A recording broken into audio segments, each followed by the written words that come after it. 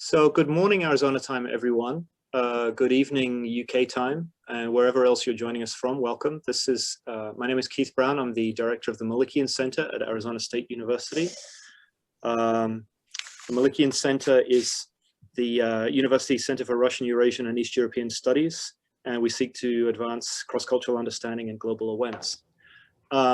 We do that through multiple disciplinary modes, and we're delighted today to have two colleagues, one colleague here from ASU, another from the University of Nottingham, who have recently published fascinating books, and we're harnessing the potential of Zoom to try out a format where we hear from each of them, talking to each other, and we hope we'll also have time for people in this audience to pose questions.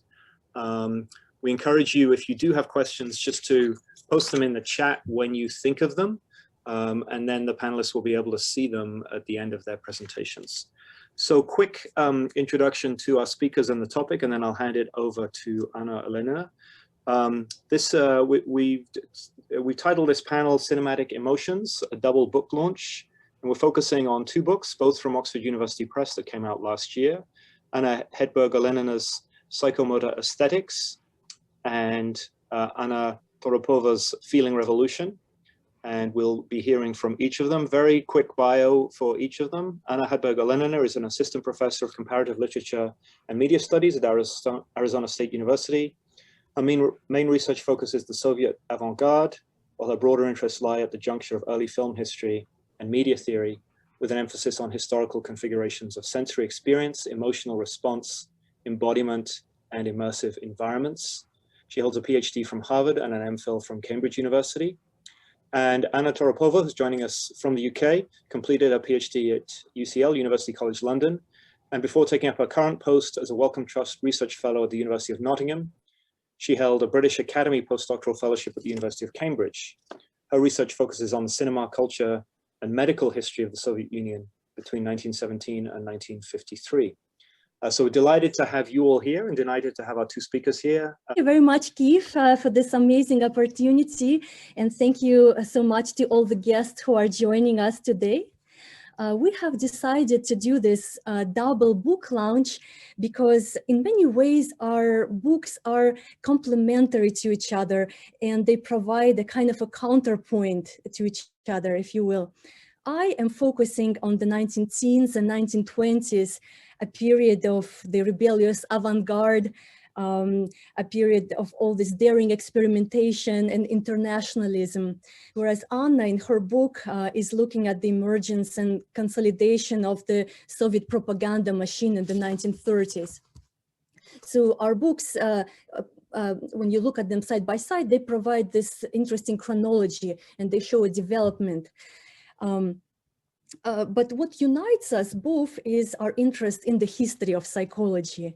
Both of us have decided to turn to the archives of various Soviet institutes of psychology, psychotechnics, and pedology, which was the science of the child, right? Developmental psychology, in order to understand the workings of these institutions that articulated models of subjectivity, the views of what it means to think, to feel, to express yourself, to communicate, and the ways in which these discourses have entered the broader public sphere. In 1918, I had the privilege of participating in a really fascinating, phenomenally interesting symposium that Anna organized at the University of Nottingham. It was called Technologies of Mind and Body in the Soviet Union, that I think brought together researchers from around the world who are working on these issues. And if Anna, if you could say a few words about this very interesting project. I will. Thank you so much, Anna. So our symposium that I co-organized with Claire Shaw, we kind of brought together scholars from a range of fields, history and history of medicine, but also anthropology, science and technology studies, film studies, of course. And we kind of gathered together to discuss this idea, of how different techniques were used by socialist regimes in the Soviet bloc and Eastern Europe in the aim of transforming and revolutionizing human behavior, ways of thinking, bodily capacities. And we looked at topics like this overlap between expert knowledge and disciplinary power. We looked at theories and practices of revolutionary embodiment, socialist cybernetics, and mass culture, right, and its role in expanding the senses. And we've got an edited collection coming out stemming from this research, hopefully next year. Again, I'm co-editing it with Claire Shaw. It will be out with Bloomsbury.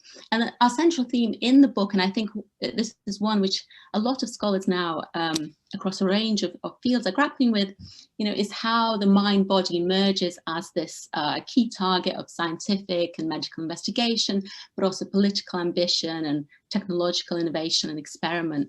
And I think we're seeing a lot of work now, like Anna's and that of myself, that explores this kind of nexus of specialized knowledge in all its different forms, medical, biological, psychological, of course, and also political programs of personal social remaking. So I think, this is a research topic that we will see a lot of more scholarship on in the coming years, hopefully as well. Mm-hmm.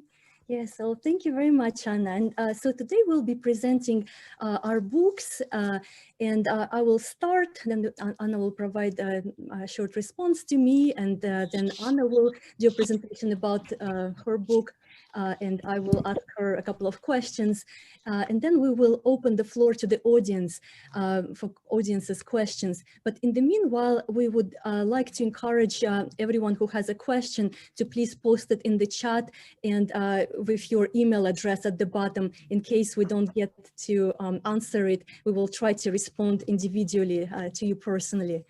So without further ado, I will start with my book. I'm going to share my screen.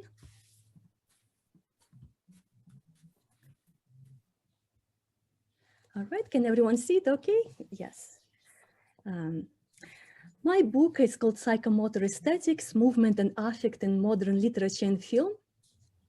It considers notions of expressive movement and empathy, which emerged at the crossroads of the arts and psychophysiological research in the early 20th century. It looked at the ways in which actors, directors, performance theorists, and literary scholars drew on psychological ideas of their time to conceptualize the expression of emotions and communication of affective experiences through art. In the late 19th century, modern psychology emerged as a discipline when it shook off metaphysical notion of the soul in favor of a more scientific neurophysiological concept of the mind. Laboratories developed instruments, procedures, and modes of representation that focused on patterns of muscular contraction and changes in vital signs as markers of nervous activity. As William James put it in 1890, the soul could be thought of as a medium upon which brain processes combine their effects. Wilhelm Wundt in Germany devised laboratory procedures for examining the elemental functions of the mind and introduced usable definitions for stimulus and reaction. He measured the speed of subject's response to assess the spread of innervation from nerve centers to muscle tissues. For the first time, the notoriously fleeting, nebulous, and unaccountable life of the psyche appeared to be visible, measurable, and analyzable. Experimental laboratories probed into the mechanisms of perception, cognition, memory, and affect, decomposing these complex psychological faculties into constituent parts and investigating their material substrate. In pursuing these research directions, psychology was stretching familiar notions of the sovereign subject and his individual inner world. The uncharted territories that this discipline was uncovering inspired both awe and the will to control. On the one hand, the scientists were delving into unprecedented depths where there was nothing recognizable and old categories were helpless. What used to be called movements of the psyche materialized as circuits of nervous energy and reflex automatisms. New studies revealed vast areas of behavior that lay beyond conscious control. Feeling, action, thought, and other familiar functions dissolved into neurological mechanisms and further into chemical and electrical signals between cells. On the other hand, the discovery stimulated the positivist drive to explain, define norms, and find practical applications for the newly established truths about the substrate of the mind. The conquest of the psyche proceeded along these lines well into the 20th century. The birth of psychology was happening against the backdrop of modernity. This was the epoch marked by profound fissures, profound transformations of social structures, when fissures occurred in grand narratives that used to regulate the subject's rights, values, opportunities, and self-understanding. The rise of avant-garde and mass culture challenged previous notions of art and modes of appreciation. Mechanization, in the words of Siegfried Gideon, took command of all spheres of life, from the production of goods and services, transportation and communication, to warfare, medicine, and cultural expressions.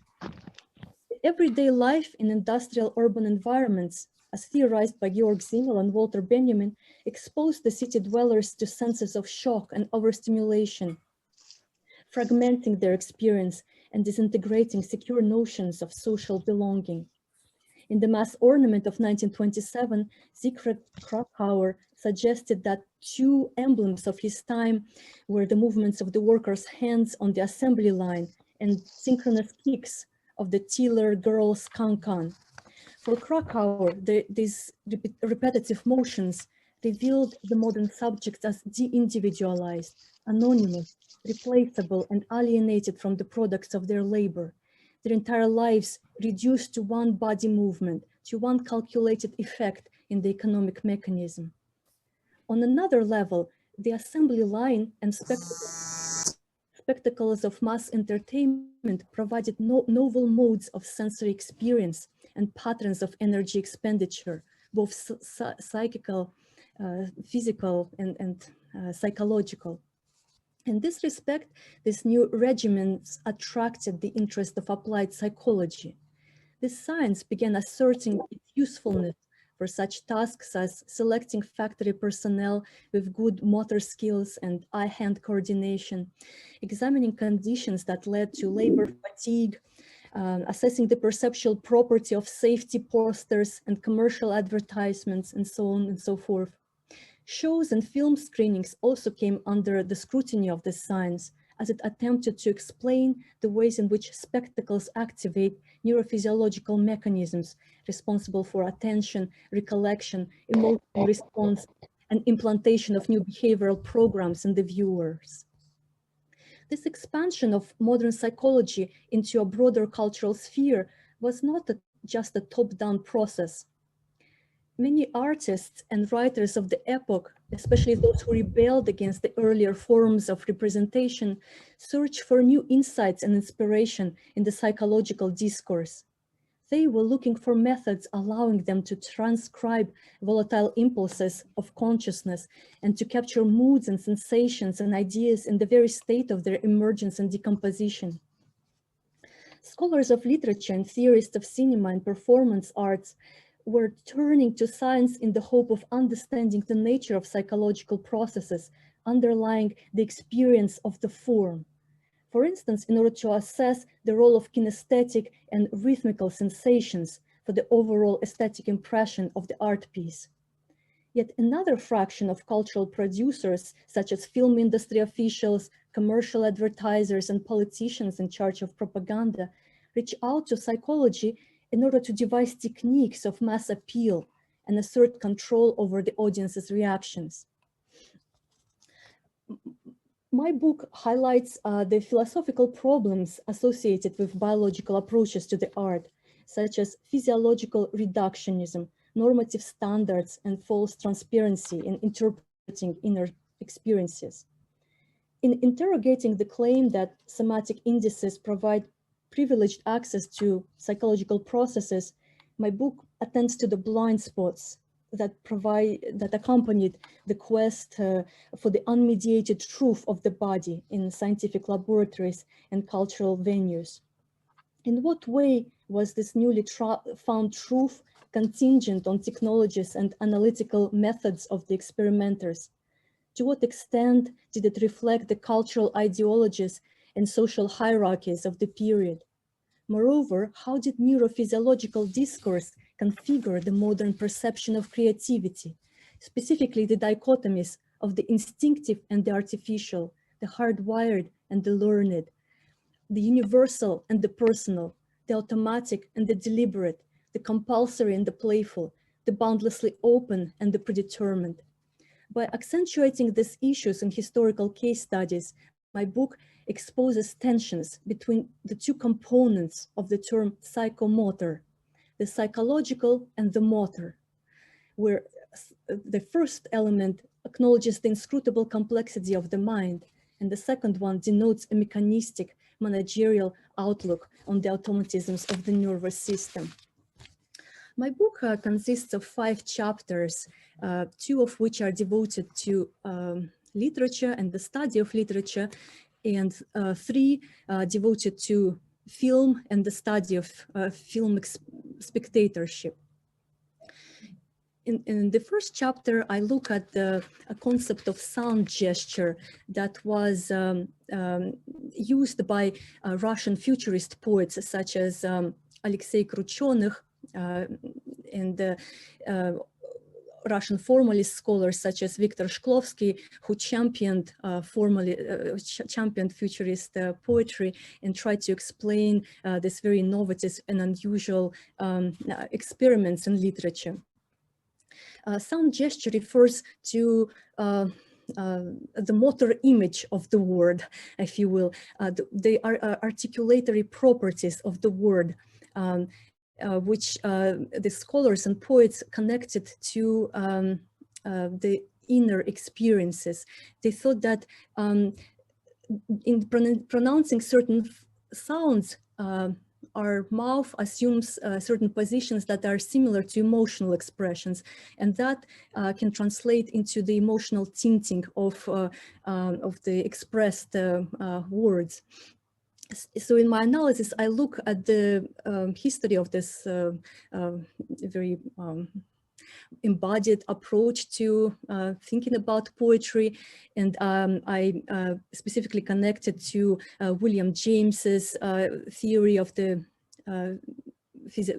physical underpinning of emotions, and Wilhelm Wundt's writing on the gestural origin of language, which came into prominence in Russia thanks to the psycholinguist Alexander Potebnya. In chapter 2, I look at the institutes such as the Institute for the Living Word and the Institute for the Artistic Study of Speech that analyzed the acoustic and articulatory properties of verse.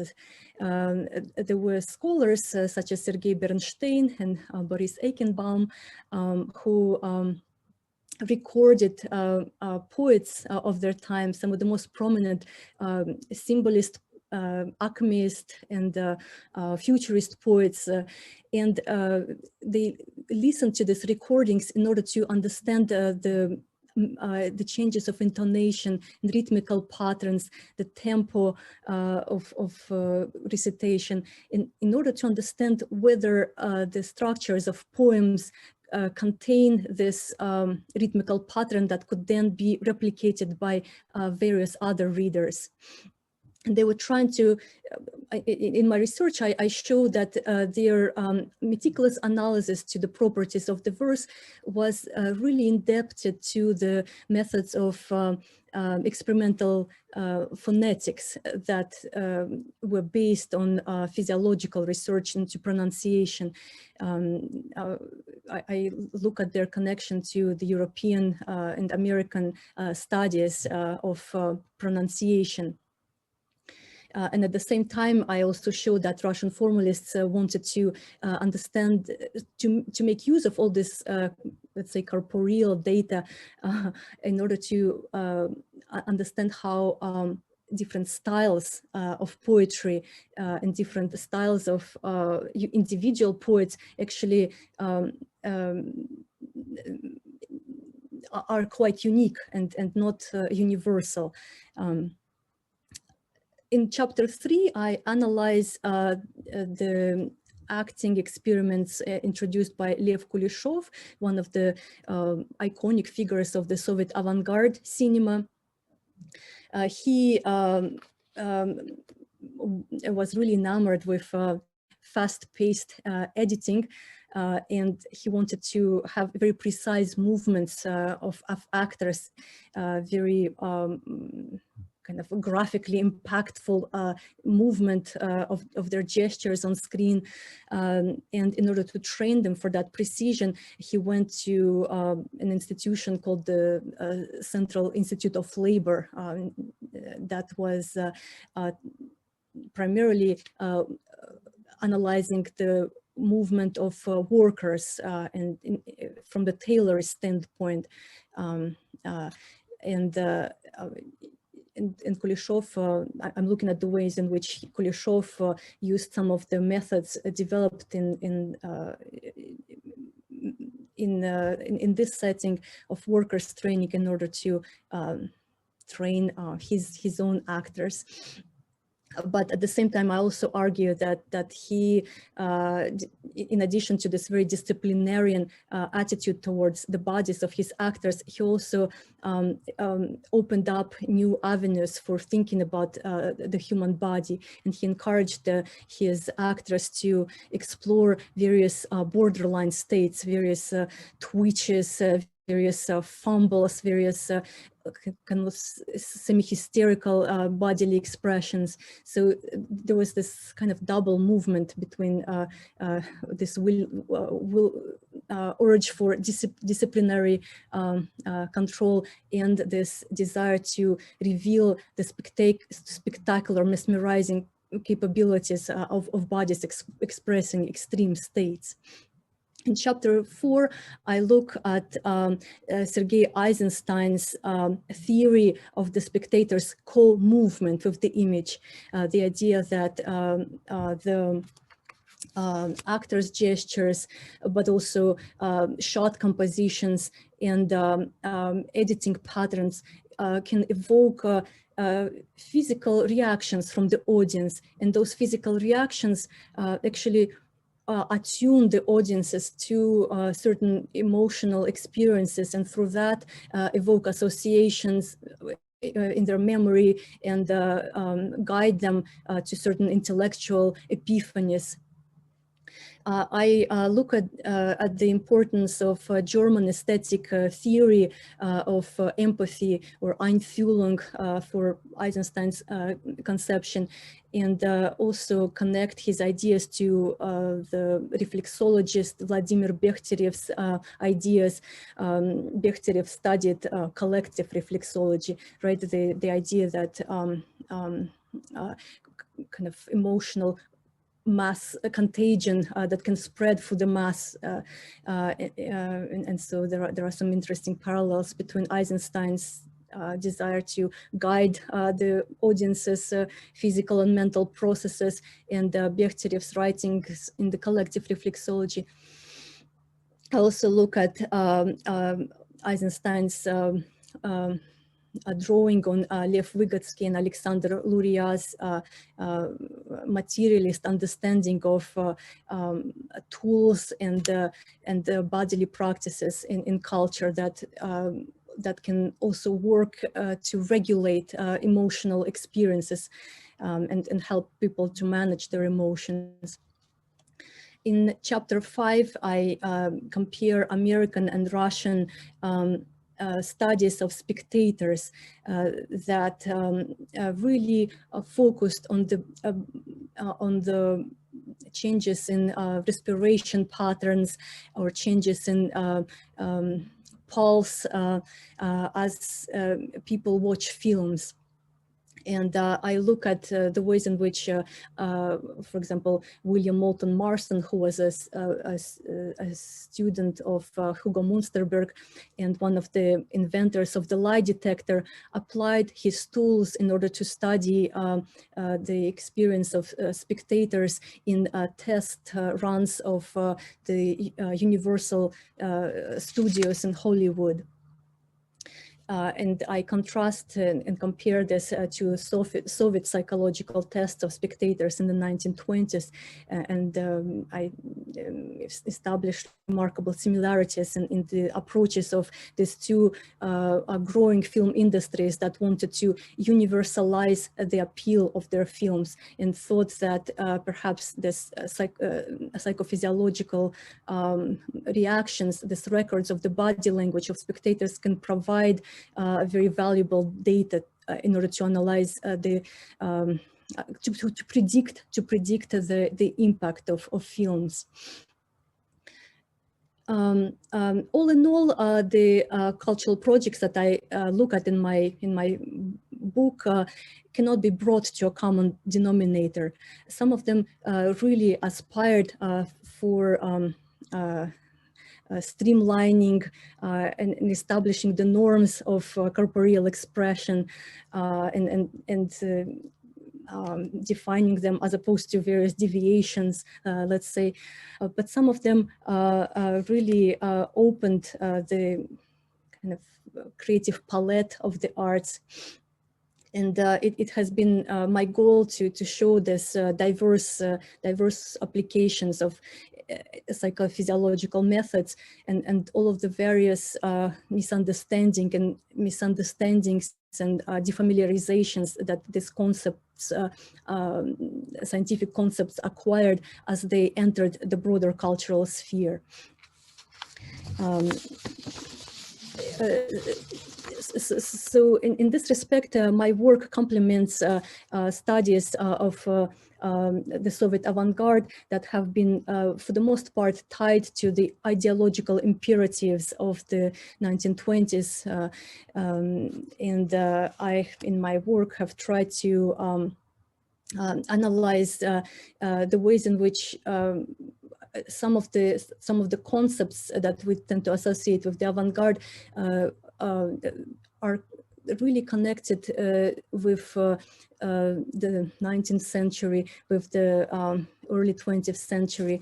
Some of the concepts that we think were really prominent in the Soviet Union actually have European and Western sources. So revealing this broader dialogue between different countries, between different disciplines, between different arts has been a really important goal of mine. So I think I will end here, I'll end my presentation here, and I think we have a response by Anna.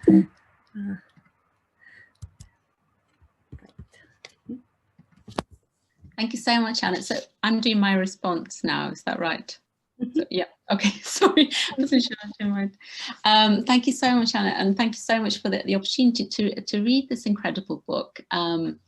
I think, you know, to read it is really to be left quite awestruck, really, you know, by the skill with which it exposes these kind of myriad hidden connections between such a vast array of thinkers. You know, 1 minute you're reading about say Vladimir Byeserev or Ivan Sechenov, and then you kind of move seamlessly transposed to the laboratories of Jean-Martin Charcot or William Wundt, William James, Hugo Münsterberg, you know, and all the while you're reading about such incredible experiments in aesthetics at the time that do deserve to be much better known, and of course now will be.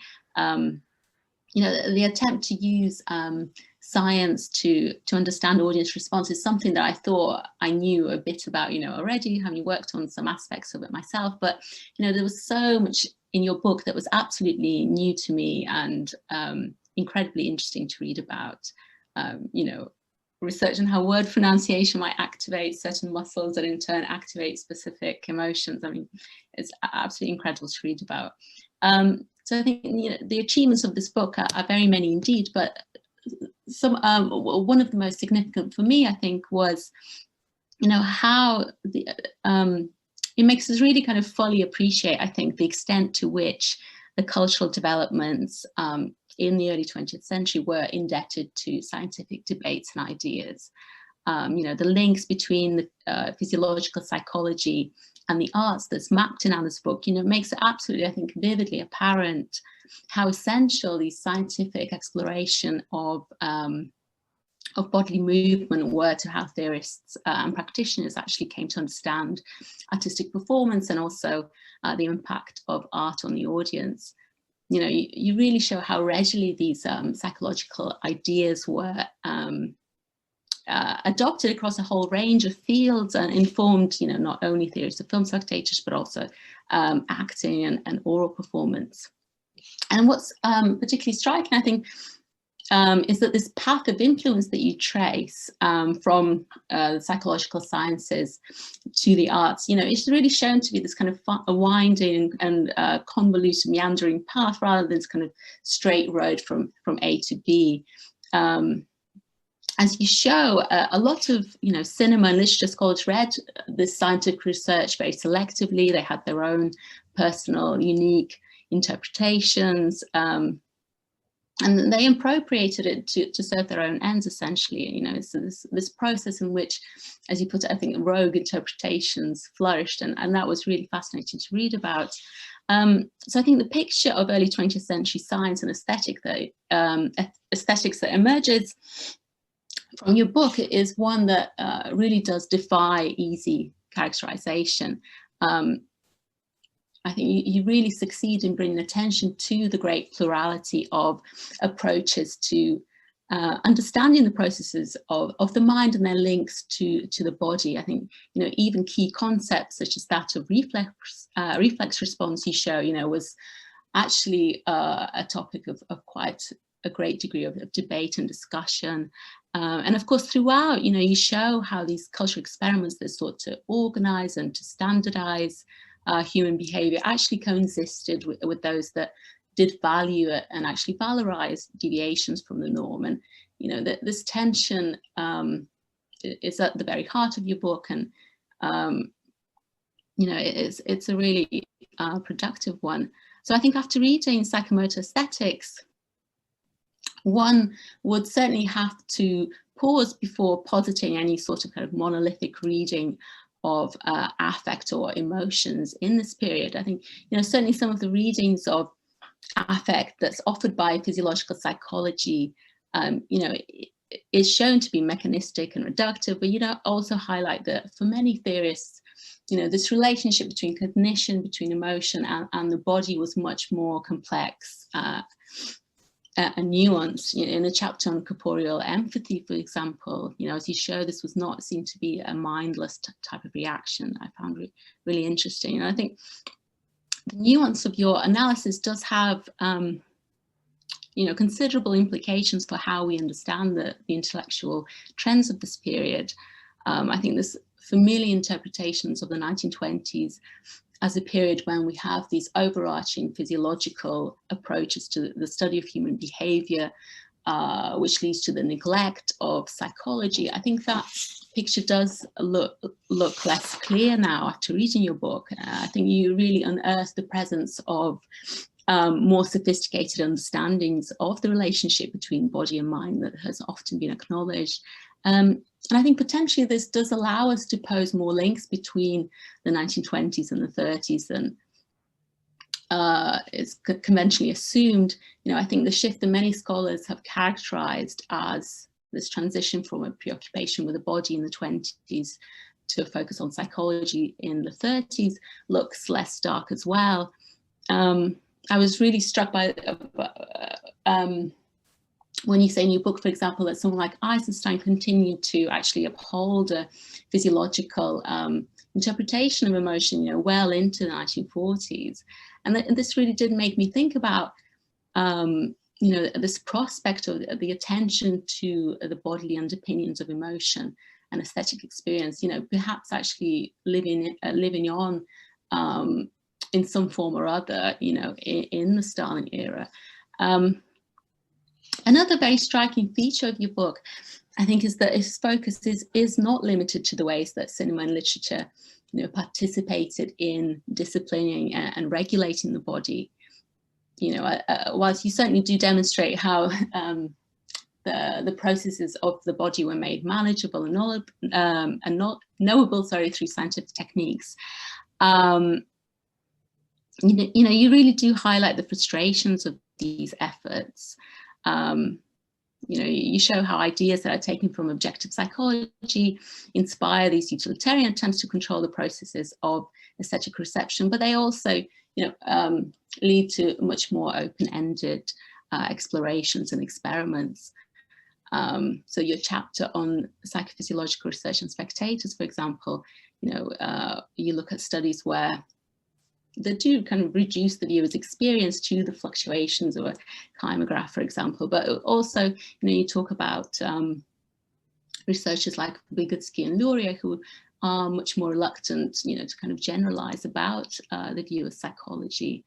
And I think even those theorists who are already well known, you know, for their ambitions to fine-tune the process of aesthetic production and consumption, like Eisenstein and Kuleshov, do appear in a much more complex light in your book. You know, as you show, Kuleshov's actor training program doesn't completely disregard questions of emotion or psychological investment, as is often assumed, for example.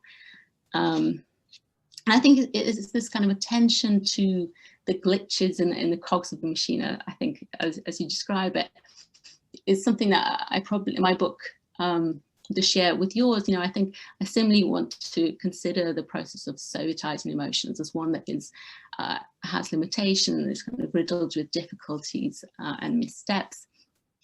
Another very valuable feature of psychomotor aesthetics for me was its comparative perspective on the developments in modern literature and film. You know, on its pages, we have Russian and Soviet scientific and cultural experiments being examined side by side with what's happening in France, in Germany, United States. And I think this really kind of makes clear that this interest in the possibility of perfecting the reception process was truly a transnational one, right, which grew out of the shared foundation of international research into expressive movement. And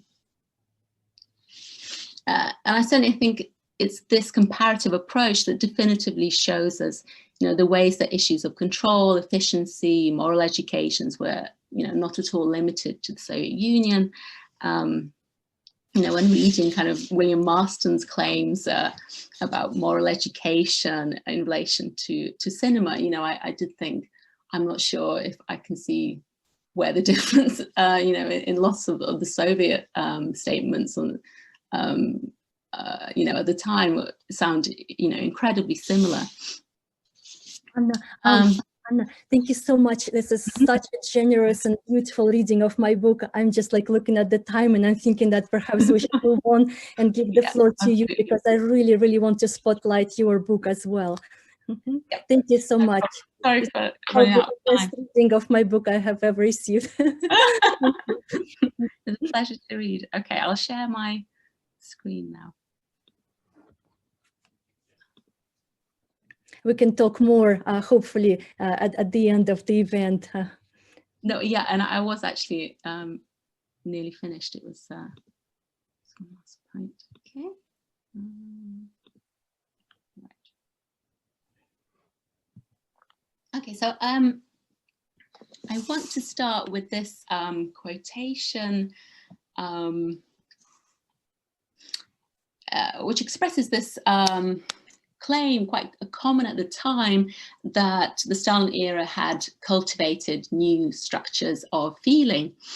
And my book, in a sense, wants to take this claim seriously and to actually think about, you know, what it meant to laugh or to cry in a Soviet way. And I look at the role of cinema in helping to craft this, this new emotional landscape. It's striking that the shift to a socialist realist cinema in the 1930s is framed by cultural producers and industry bosses as a shift to a more viewer-friendly, emotionally engaging form of cinema. And this accusation that montage cinema had alienated Soviet audiences by solely targeting their reason, had really grown deafening by the 1930s. And the socialist realist turn in cinema, as is conceptualized in the film press, is really presented as Soviet filmmakers finally finding a new emotionally resonant way with which to speak to audiences, right? If the old cinema was devoid of passion, ice cold, akin to a mathematical formula, the new cinema moved, excited and stirred the viewer. It spoke at full volume, it pulled at the heartstrings, it grabbed the viewer by the throat, to use the words of Soviet film press. And in the book, I look at the development of Soviet cinema's genre repertoire as a key part of Soviet cinema's emotional turn in the 1930s. Really, whenever socialist realist cinema as a new emotional style and method of cinema is discussed in the early 30s, this question of film genre and its development really comes to the fore. Boris Shumyatsky, the head of the film industry in the 1930s, launches this kind of famous battle for new genres that could mobilize certain emotions. And he frames this task as the film industry's obligation to its viewer. And in the book, as I'll be talking about today, I situate this push to create a more emotionally resonant genre cinema within broader scientific debates about emotion and aesthetic reception. And I focus in particular on the re-evaluation of emotional life, which we can see taking place in Stalin-era psychology.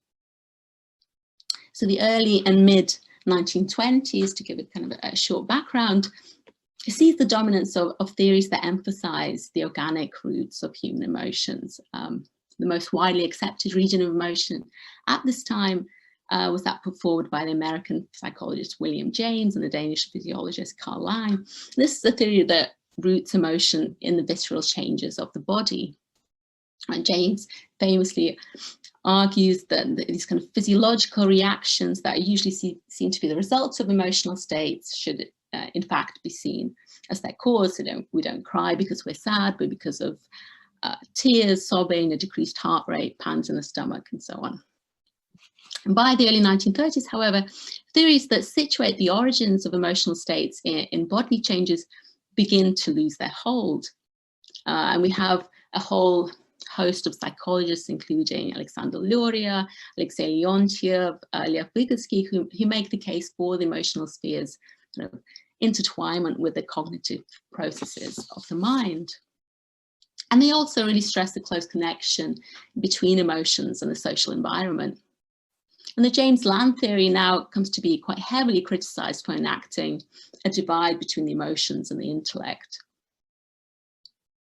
Now on into later into the 30s and the 1940s, we have attempts to kind of place the field of psychology on a firm and Marxist basis, which leads to kind of even more attention to the plasticity and sociocultural development of the human mind. And this gradually kind of closes off understandings of emotions as unchanging and instinctive phenomena. So emotions, Stalin-era psychologists like Sergei Rubinstein and Pavel Jakobson, quoted here, stressed, were conditioned by the social relations and ideas operative in a given stage of historical development.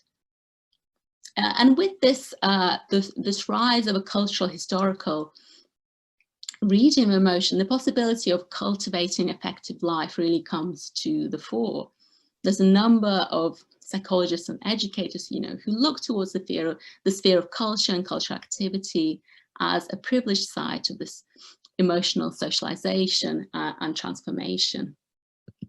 So we see this, for example, in Abraham Gilmont's words on cinema, right? So cinema is frequently referred to at the time as a medium that's endowed with this kind of unparalleled capacity for psychological influence due to its status as a multisensory art form. And it seemed to have this particularly important role to play in the process of emotional education, as we see from this quotation. And Abraham Gilmont, who features also in Anna's book, and he's a key psychologist who works on film reception leads me to another branch of research that my book looks at as this kind of, I think, a crucial factor in how cinema starts to be seen as a technology of emotional and psychological influence, which is the inquiry into film reception. So Anna's book looks at this in much more detail. You know, from the mid-20s, we see the launch of inquiries into the impact of films on viewers in a whole range of institutions using a variety of methods. And as I point out in my book, these studies are often driven by the attempt to grapple with the question of emotional engagement. So we see the first kind of step towards a better understanding of the emotional dynamics of film viewing being taken by these mass questionnaires, the enquete, in the questionnaire into audience attitudes that are conducted at research centers like the Society of Friends of Soviet Cinema. This is their enquete on Eisenstein's film, October. And these kind of first begin to probe the viewer's state of mind and impressions after the screening, albeit in quite a rudimentary way. The question of emotional engagement is also broached by film audience observations, where researchers map the variety and intensity of viewers' emotions during screenings. This is against specific points of narrative development. So we have a graph here for Battleship Potemkin. And towards the end of the 1920s, we also have studies of individual viewers' emotional reactions in laboratory setting. As Anna shows, this research primarily understands emotion as a physiological phenomena. Researchers tend to kind of directly translate changes in say, in breathing rates or pulse and motor control into qualitative emotional changes. In the 30s, however, this research takes a much more psychological turn. Researchers start to turn to qualitative methods like in-depth interviews and small group observation, and they reconceptualize their research as the study of film perception, so kinovосприятие, which they understand as the inquiry into how a film's form and style impact the process of its interpretation by the viewer. So the psychologist Piotr Rudek begins to study kinovосприятие at the Institute of Psychology, Pedology and Psychotechnics in the early 1930s. His research then later moves to the State Institute of Cinematography, where with Olga Nikiforova, he works to closely study the audience reception of a series of recent Soviet films. And the question of emotional effectiveness and engagement is really central to these studies. So Rudek and Nikiforova really stress that an emotional component is at play in every aspect of the film perception process. They actually argue that the intellectual and the emotional are very closely intertwined during film viewing. So the entire process of film interpretation and comprehension, then they argue, is an emotional one. The other point worth mentioning is that research into kinovосприятие invariably tends to highlight the importance of narrative coherence, recognizable plot lines, clear genre markers in maximizing audience comprehension and emotional engagement. So one of Nikiforova's kind of central thesis is that recognizable narrative structures and clear indications of the kind of type of film that the viewer was watching are vital to securing the viewer's full immersion in the film. So this question of emotional appeal becomes intertwined with the question of genre as well. So these are the developments that I think are key to understanding how the issue of emotional mobilization emerges as such a key question for Soviet cinema in the 1930s. In the book, I also propose that the distinct understanding of emotion that is elaborated by the Stalin era scientific and cultural community has important repercussions for the ways that the film industry actually approaches and deals with questions of audience impact and emotional effectiveness. So one consequence that I look at in my book is that emotional forms in the Stalin era become charged with social significance to the extent that debates over ways of feeling necessarily become debates about ways of being Soviet. To put it simply, a huge amount of anxiety is generated by this task of emotional education that's entrusted to Soviet filmmakers. Cinema's task of of cultivating new feelings is elevated to, a matter of keen political importance. It even comes to be described as a means of strengthening the Soviet Union's defensive arsenal against counter-revolutionary forces. And we see the emotional responses targeted by Stalinist films becoming objects of intense scrutiny. Filmmakers are expected to hone their representational strategies to the so-called noble emotions of the Stalin era. And there's a widespread understanding that the emotional values of a specific historical era were reflected in the genre categories, led to efforts to kind of retune many existing genres to new distinctively Stalinist emotional settings. So in my book, I look, for example, at the tense discussions involving writers, directors, and cultural bosses on the question, for example, of how best to rework the genre of comedy so that it would give rise to a specifically Soviet form of laughter. This is conceptualized as a more mindful and socially orientated form of laughter than the idle chuckle targeted by American slapstick comedy. Alongside debates on Soviet laughter, I look at discussions of tragic pathos in relation to melodrama and nerve-wracking suspense in relation to the Soviet detective. And discussions of these questions that are held at the Party Central Committee and the Artistic Councils of film studios and the Ministry of Cinematography are really kind of driven by anxieties about triggering the wrong form of emotional response. So critics worried, for example, that rather than rousing kind of feelings of righteous hatred for the enemy, the suspenseful strategies that were deployed in Soviet detectives made viewers liable to empathize with a villain. They were concerned that the tears provoked by Soviet melodramas were expressions of a sense of powerlessness and tragic inevitability rather than a desire to fight injustice. They doubted whether the model of Stalinist happiness that was represented in heroic biographies and production films were premised on the joy of labor and sacrifice and not on the satisfaction of the well-fed, or often described at the time as an American model of happiness.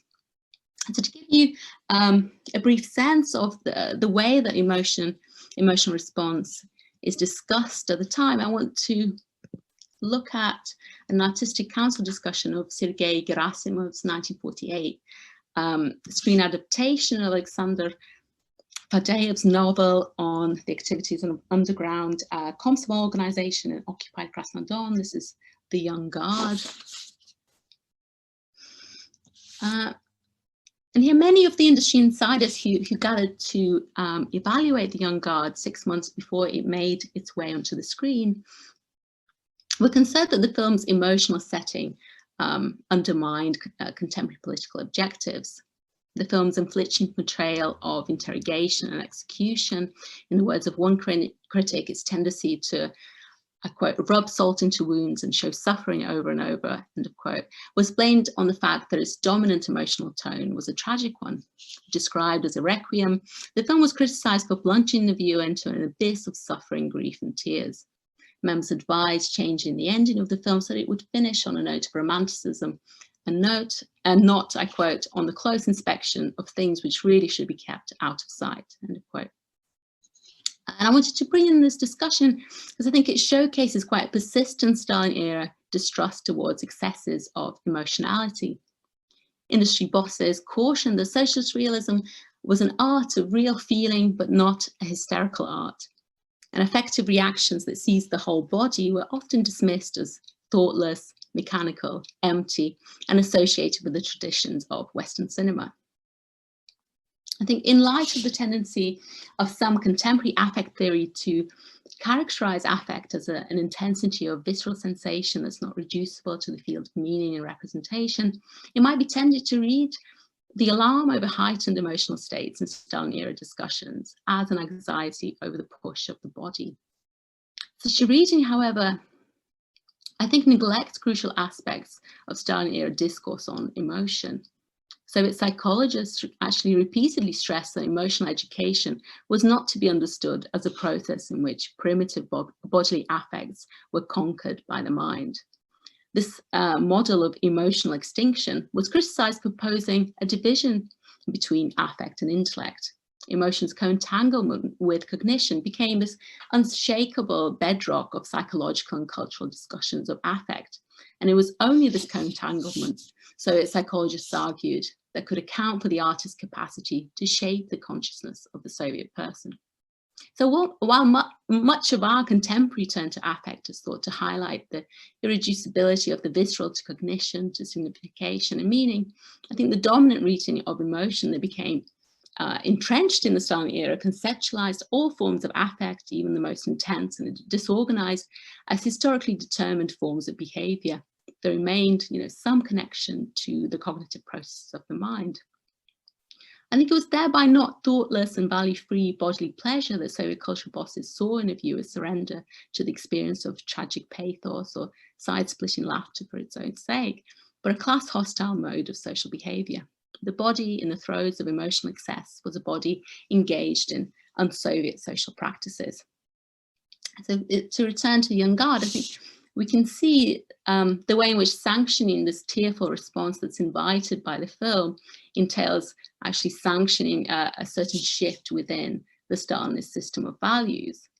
When the film was discussed by the council, some members actually forcefully protested that its elicitation of tragic tears was legitimate and that Soviet cinema should not shy away from tragic representations. Many young viewers who wrote in to praise the film were also compelled to insist that their intense emotional response to Gerasimov's film was appropriate. To shed tears at the representation of wartime tragedy after the official emphasis had shifted onto the healing of wounded souls, as Anna Krylova notes, was a socially meaningful act that had pushed, I think that actually pushed to expand the Stalinist configuration of the Sovietness. So I think by looking at the way that emotion was understood in Soviet psychology allows us to actually see that it was emotion's investment with meaning in the Stalin era that rendered the process of its education to be both ideologically vital and ever vulnerable to derailment. Okay, stop there.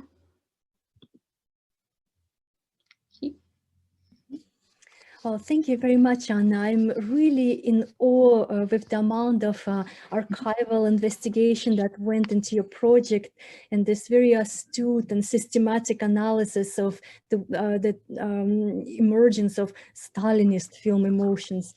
And also with your knowledge of diverse branches and trends in psychology and rivalry between those trends. It's really very, very interesting to read. In this particular book, you have this meticulous uncovering of archival materials and publications and film periodicals that really reveal to us the concrete conversations around spectators' emotions from the standpoint of various stakeholders, film critics, psychologists, cultural authorities, ideologues, studio executives, and filmmakers. And I was really struck by your exact tracing of mechanisms by which Stalinist film genres have acquired their unmistakable shape. This shape which was tied to cultivating ideologically acceptable forms of emotion, laughter, enemy hatred, pride, and willingness for self-sacrifice. Well, we all know Stalin's infamous slogan, "Life has become better, comrades, life has become more joyous." And we tend to assume that somehow this slogan magically translated into the emotional energy of Soviet musical comedies. But what you show in your book is that this process of defining these emotions was really a process of trial and error, of very concrete demands by politicians or ideologues and very concrete proposals on behalf of the various artists and the studio executives. It was a process of critiques and rejections that ultimately consolidated the acceptable versions of emotions into very specific narrative formulas. And reading about this process of formulas in the making and all of the deviations that were punished and pruned away was truly illuminating for me. So in addition to this incredible archaeology of genre formulas in the making, you offer a critical discussion. You look at films that seem to fulfill the ideological imperatives of the Stalinist culture, and yet you question and defamiliarize their message through psychoanalytic reading. You have mentioned in the introduction of your book that you have been inspired to bring Freud and Lacan back to film studies as a way of honoring the theoretical legacy of the legendary British magazine, The Screen. To my mind, your usage of psychoanalytic concepts really helps to highlight the dark side of socialist realism, how much the concepts of happiness, altruism, self-denial that the cinema promoted actually depended on violence and disintegration of the sovereign subject. So I was wondering if you could please say a bit more about why you have turned to Freudian and Lacanian concepts in your interpretation of these films. Because psychoanalysis for some time, I mean, has fallen out of favor in film studies, particularly in the United States, because of its alleged universalism and historicism.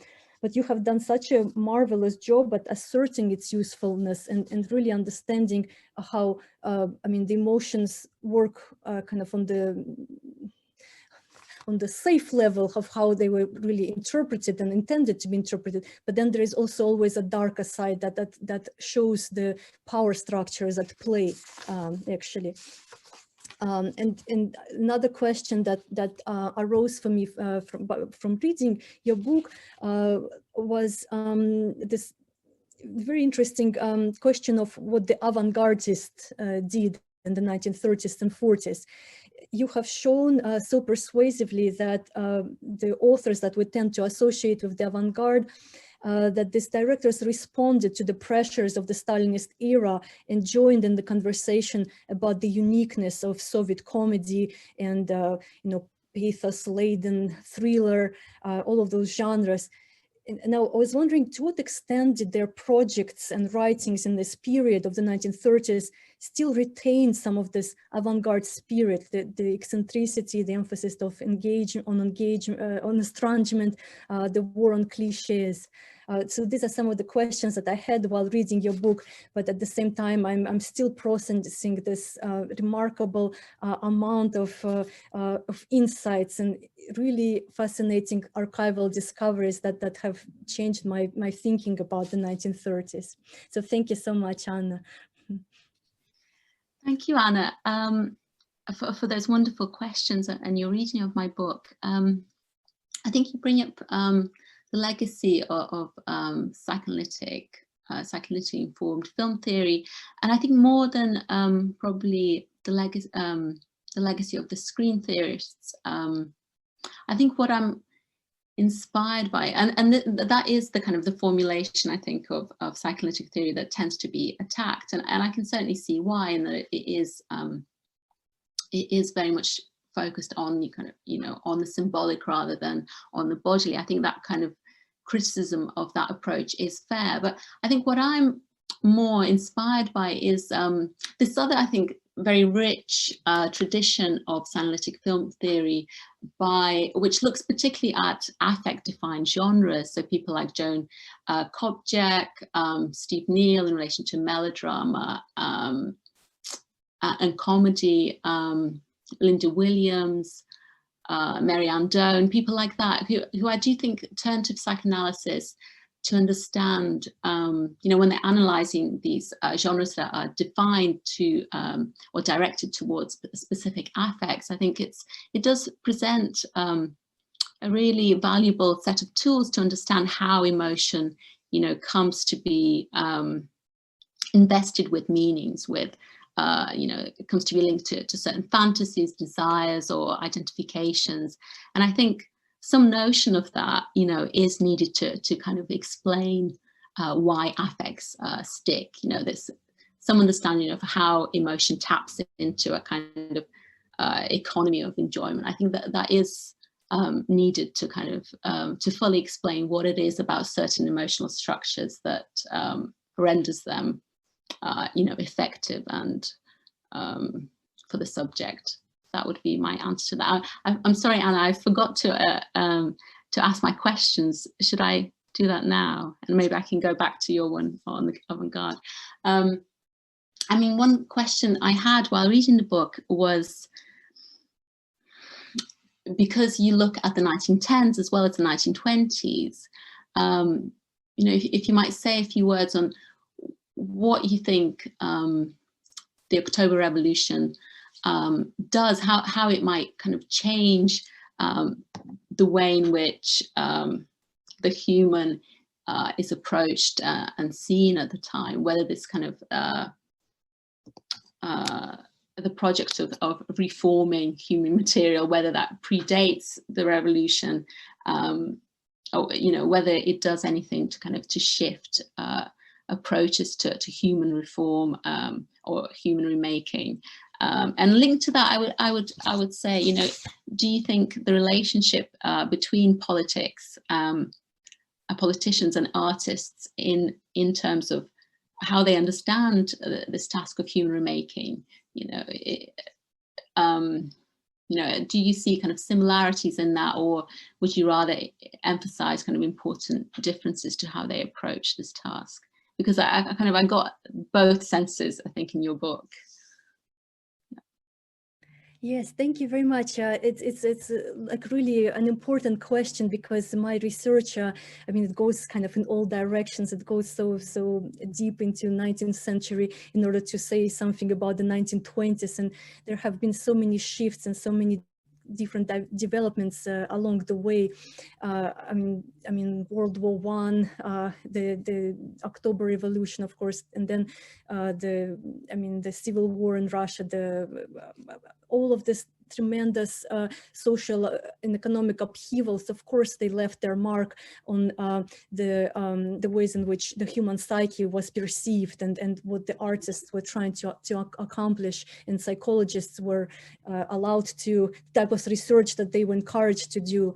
So regarding this question about the role of the October Revolution, yes, of course, indeed, it is like a watershed moment, because but at the same time, I wanted to show that, I mean, if we think about the psychologists that we tend to associate with the early Soviet period, you know, Pavlov and Bechterev, they all got their start in the Tsarist Russia. They traveled to European laboratories, in Germany in particular, in order to understand the physiology and the neurology of the living organisms, and they really were in dialogue with the Western sources.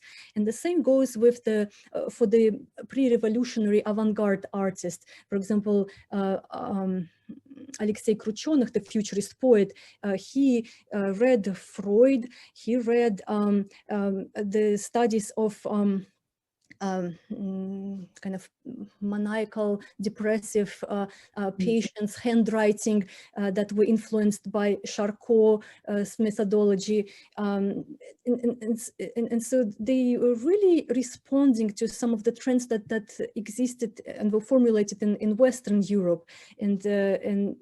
But what happens with the October Revolution was that from the very beginning, there is this investment into the creation of new institutes, new research centers that are interdisciplinary and that bring artists and scientists together in the name of kind of formulating a new revolutionary culture, as something that would be more useful for, you know, for re-education of people.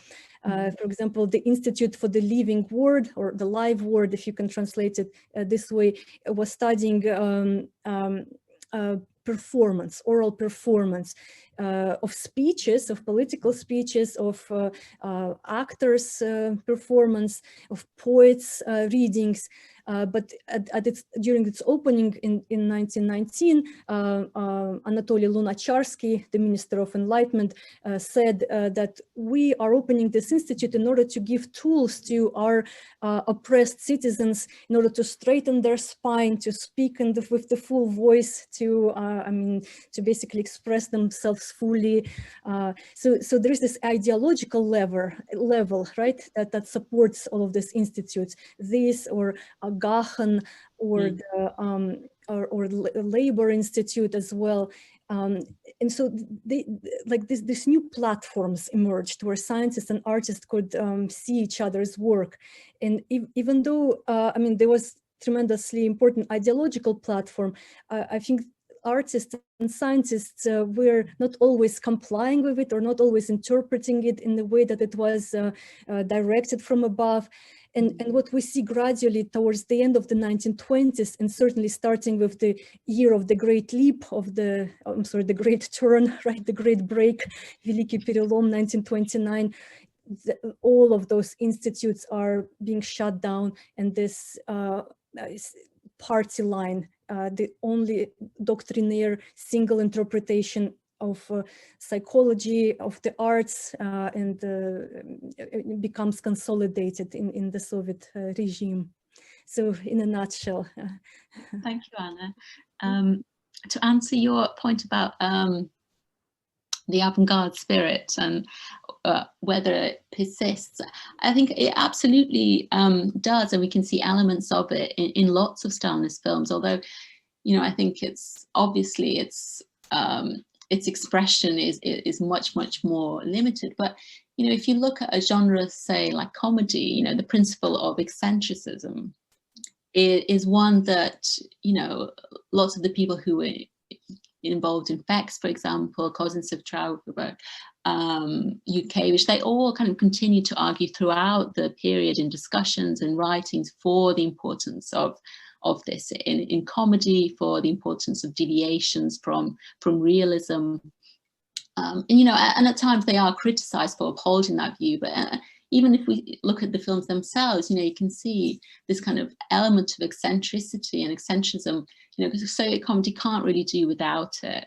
So of course, it's limited, and usually it's only allowed to the comic anti-hero, right? The kind of the main protagonist of Stalinist comedy is not allowed these elements. But it even in the late 40s, they make the case for the presence of this. Similarly, in melodrama, I think the principle of estrangement is still really crucial in lots of dramas, particularly in these kind of big sensation scenes, where to portray an excessive emotionality, we have a kind of a hystericized visual language where reality breaks down. We do have moments of that are permitted, and in the book, as I argue, it's actually specifically the kind of literary adaptations of pre-revolutionary classics that are allowed this kind of deviations from realism, because of course it's not contemporary Soviet reality that's being portrayed. We also see again this kind of principle of uncanny estrangement being used through through interesting through montage, through expressive camera work. It's used to kind of to show the breakdown of the psyche in a lot of melodramas during the war. So again, it does return and does persist, but in much limited form, of course. Yes, thank you so much. This is such a rich history to think about, and I really hope that we will continue our conversations and maybe collaborations, and I hope that our audiences have been inspired to look deeper into the history of psychology. So we would like to thank everyone for being with us today.